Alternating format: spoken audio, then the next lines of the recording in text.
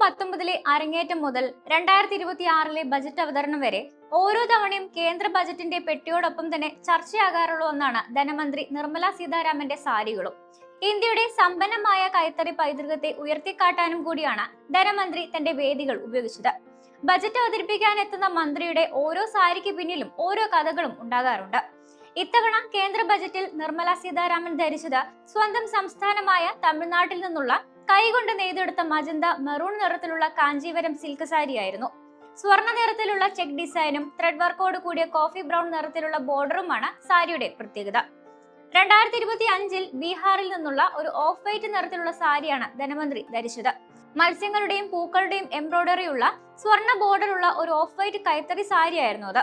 2021 പത്മ പുരസ്കാര ജേതാവ് ദുലാരി ദേവിക്കും മധുബനി കലയ്ക്കും ആദരസൂചകമായാണ് മന്ത്രി എന്ന് ഈ സാരി ധരിച്ചത്. ദുലാരി ദേവി തന്നെയാണ് ഈ സാരി മന്ത്രിക്ക് സമ്മാനിച്ചതും. 2024 ബജറ്റ് അവതരണത്തിനിടെ ആന്ധ്രാപ്രദേശിലെ ഗുണ്ടൂരിന്റെ പാരമ്പര്യം പറയുന്ന മംഗൾഗിരി സിൽക്ക് സാരിയായിരുന്നു വാർത്തകളിൽ ഇടം നേടിയത്. വെള്ള സിൽക്കിൽ മജന്ത നിറത്തിലുള്ള മുന്താണിയും ഗോൾഡൻ നിറത്തിലുള്ള ചെക്ക് ഡിസൈനും ബോർഡറിലും മുന്താണിയിലും ഗോൾഡൻ വർക്കുള്ള സാരി ആന്ധ്രാപ്രദേശിനോടുള്ള പ്രത്യേക പരിഗണനയിലാണ് തിരഞ്ഞെടുത്തതെന്ന് അന്ന് റിപ്പോർട്ടുകൾ ഉണ്ടായിരുന്നു. 2024 ഇടക്കാല ബജറ്റിനായി പശ്ചിമ ബംഗാളിൽ നിന്നുള്ള കാന്ത ഹാൻഡ് വർക്കോട് കൂടിയ നീല ടസാർ സിൽക്ക് സാരിയാണ് മന്ത്രി ധരിച്ചത്.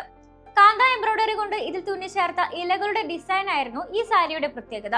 ദർബാഡിൽ നിന്നുള്ള കസതി ത്രെഡ് വർക്ക് നിറഞ്ഞ ടെമ്പിൾ ബോർഡറുള്ള ചുവപ്പ് സാരിയാണ് 2023 ബജറ്റിൽ മന്ത്രി ധരിച്ചത്.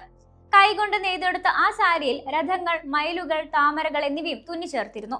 2022 ഫെബ്രുവരിയിലെ ബജറ്റിനായി നിർമ്മല സീതാരാമൻ ഒഡീഷയിലെ ഗഞ്ചാമിൽ നിന്നുള്ള സാരിയാണ് തിരഞ്ഞെടുത്തത്.